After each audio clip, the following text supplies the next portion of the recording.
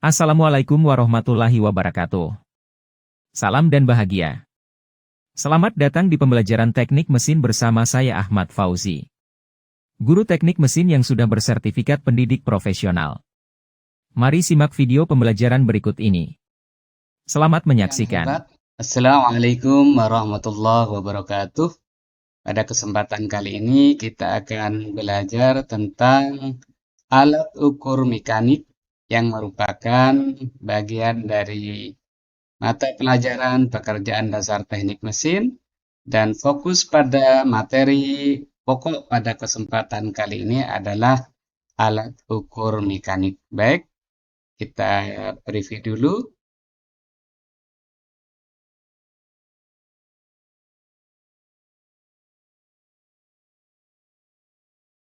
Materi sebelumnya masih ingat?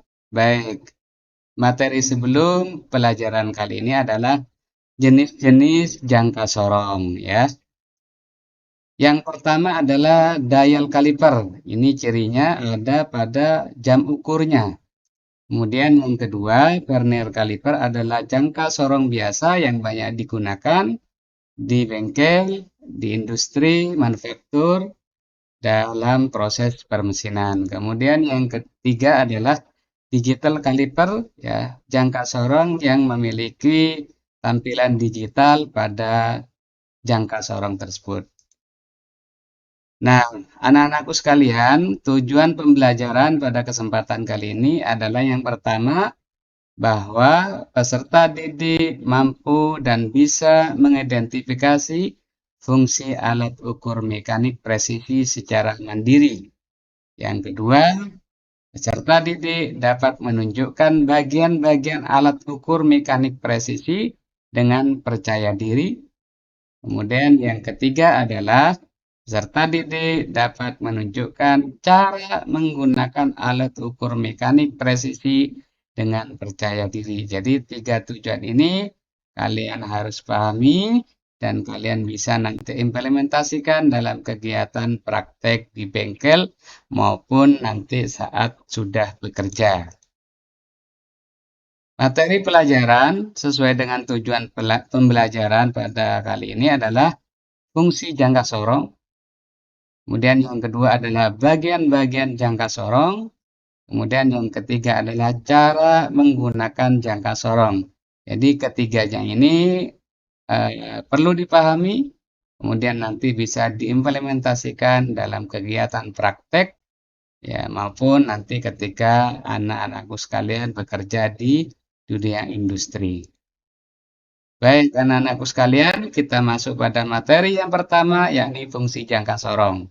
Yakni jangka sorong atau vernier caliper merupakan alat ukur linear yang mempunyai ketelitian cukup tinggi untuk mengukur panjang bagian luar, panjang bagian dalam, maupun kedalaman ukuran dari suatu benda. Jadi tiga ini ya, bagian luar, bagian dalam, kemudian kedalaman. Nah, kita menginjak pada bagian-bagian jangka sorong. Ya, ini diperhatikan ya. Kalau sudah tahu fungsinya, kemudian kita akan pahami bagian-bagian dari jangka sorong. Yang pertama adalah rahang tetap bawah dan rahang bergerak bawah. Nah, ini bagian ini ya. Ini yang tetap, ini yang bergerak. Artinya bergerak maksudnya ke kanan dan ke kiri.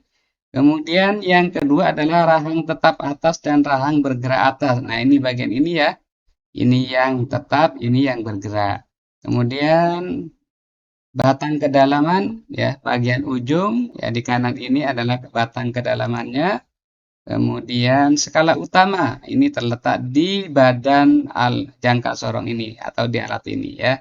0 sampai 17 ini adalah skala utama milimeter. Kemudian skala utama inci terletak di bagian atas ya, skala utama milimeter. Ya, ini inci, ini di sini 0 sampai 6. Kemudian berikutnya adalah skala nonius. Ya, terletak di bagian bawah untuk yang milimeter. Kemudian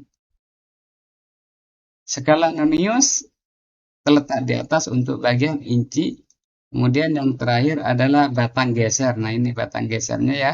ini bisa menggerakkan skala nonius ke kanan atau ke kiri, sesuai dengan kebutuhan pada saat proses pengukuran. Nah, setelah anak-anakku sekalian sudah paham tentang fungsinya, kemudian bagian-bagiannya, kita menginjak pada penggunaan jangka sorong.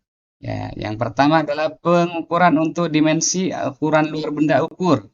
Ya, pertama, langkah-langkahnya adalah buka rahang bergerak bawah mistar sorong, ya gunakan rahang tetap dan rahang gerak. Nah, ini ya, bendanya dimasukkan ke sini, kemudian kuncilah mistar sorong atau jangka sorongnya ya, di bagian atas ini. Kalau di gambar ini ya penguncinya. Kemudian lakukan pembacaan, usahakan pembacaan tanpa melepas mistar sorong atau jangka sorong dari benda kerja. Jadi ketika proses pembacaan tidak boleh lepas ya benda kerjanya, sehingga nanti dihasilkan hasil pengukuran yang betul-betul sesuai dengan kondisi benda tersebut.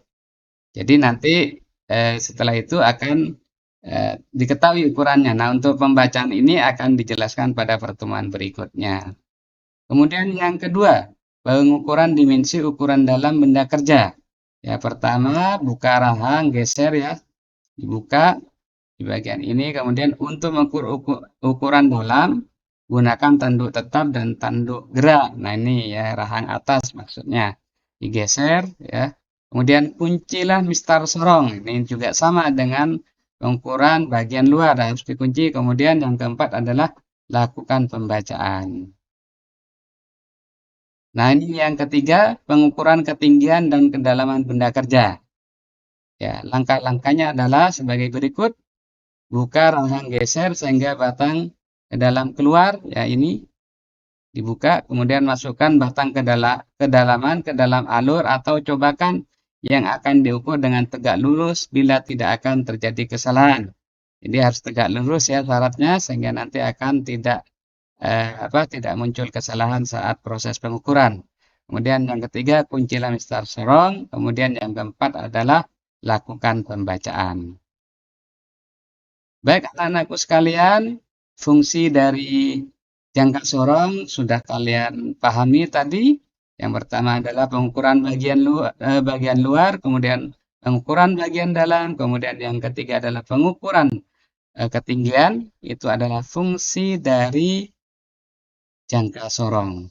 Kemudian bagian-bagiannya dari satu ya, rahang gerak bawah, rahang tetap bawah, kemudian rahang atas gerak, kemudian rahang tetap, kemudian yang ketiga batang ukur, kemudian yang keempat skala nonius. Skala utama maksudnya adalah skala utama milimeter, kemudian ada skala utama inci, kemudian skala nonius ya milimeter, skala nonius inci, kemudian yang terakhir adalah batang untuk penggerak ini ya. Itu adalah bagian-bagiannya. Kemudian proses penggunaan alat ukur seperti ini sesuai dengan yang dicontohkan tadi. Kemudian ini bagian yang luar, ini bagian yang dalam ya. Kemudian ini adalah untuk pengukur ketinggian. Anak-anakku sekalian, dari kesimpulan tadi, maka kami berharap ya untuk anak-anak bisa memahami fungsi bagian-bagiannya, kemudian cara menggunakannya. Karena ini adalah bekal kalian nanti pada saat bekerja di dunia kerja. Karena pada umumnya bengkel manufaktur, ya bengkel permesinan, memang menggunakan alat ukur ini untuk melakukan proses pengukuran. Diharapkan kalian bisa memahami dengan baik. Apabila ada hal-hal yang perlu ditanyakan, silakan tonton ulang video ini. Kalau memang belum paham, nanti bisa ditanyakan kepada saya untuk nanti dijelaskan lebih lanjut.